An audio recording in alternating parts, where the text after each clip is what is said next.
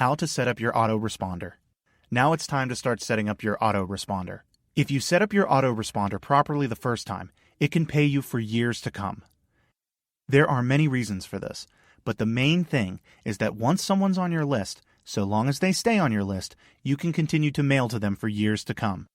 You can do it either through follow-up messages that go out automatically over time, or just as straight-up broadcast messages where you're going to send an email to your entire list. So, when you're setting up your autoresponder, the very first thing that you need to do is you create a list. Within Aweber, you can do that by clicking on Create and Manage Lists towards the top of the page. Then click on the big green button that says Create a List. Now, the very first thing that it's going to ask you is for a list name. Just make it something that will allow you to easily identify it with your offer. Then just give it a short description as well, and make sure the emails will be coming from you and your email address. Make sure you go ahead and save your settings. Next, what we can do is personalize our list. You can brand your list with all your information, so you can add in your company name, your URL, and email signature. You can connect it with Twitter and Facebook. But all of this stuff isn't a big deal, so I usually don't do anything there. What I'm going to worry about, though, is something under the Confirm Opt-in tab. A lot of people think that you have to make subscribers confirm their email address before you can send them any information. You can do that if you really want to, but I always recommend you turn it off. The reason why I recommend doing this and not having people confirm their emails is because you're going to get more signups this way. You're going to get more people on your list that way because too often an email can get blocked or just doesn't get through. And if it's your confirmation email, those people are never going to get the information from you that they signed up for.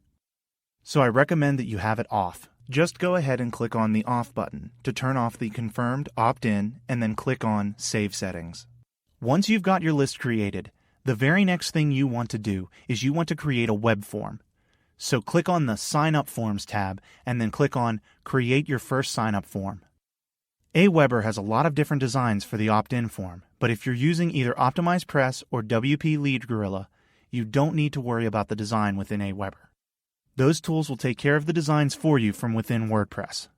So you can just create a form without worrying about the design and then move on to step 2. Now this is very, very, very important. Where it says Thank You page, you need to select Custom Page and then enter the URL for your OTO page. The very first thing that people are going to see needs to be your OTO page. So make sure that you put in your OTO page's URL into that custom page section. That's extremely important. I also like to have my already subscribed page be the OTO URL as well. If someone's already on the list and they try to sign up again, I like to go ahead and show them that OTO again, even if they've already seen it.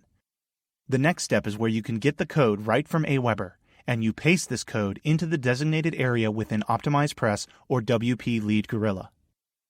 Or if you're creating a squeeze page with HTML, you can just paste the code where you want to have the opt-in form. It's really easy to do. The next thing you're going to do is you're going to add follow-up autoresponder emails that are going to go out automatically over time. Now, the very first message needs to deliver what you promised on your squeeze page. So if you're giving away a report, make sure that first message they get has a link to the free report in it. To create your emails, you need to go to the Messages tab and select Follow-up Series. Then click on Create Your First Follow-up. I like to use the plain template for the emails, so what you do first is put in a subject line for the very first email. This is the email that goes to people immediately after they subscribe, so make it something like, "Thanks for signing up, here's your download." Then you need to actually write the email. Just thank them for signing up to download the report and provide the link for them to download it. You can introduce yourself if you want, tell them a little bit about your story, and how it relates to what you're offering. When you're done, just go to the next page and save the email. Then you just continue creating more emails.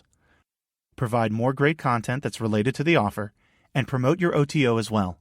Also, make it so that each email goes out in 1 or 2 day intervals.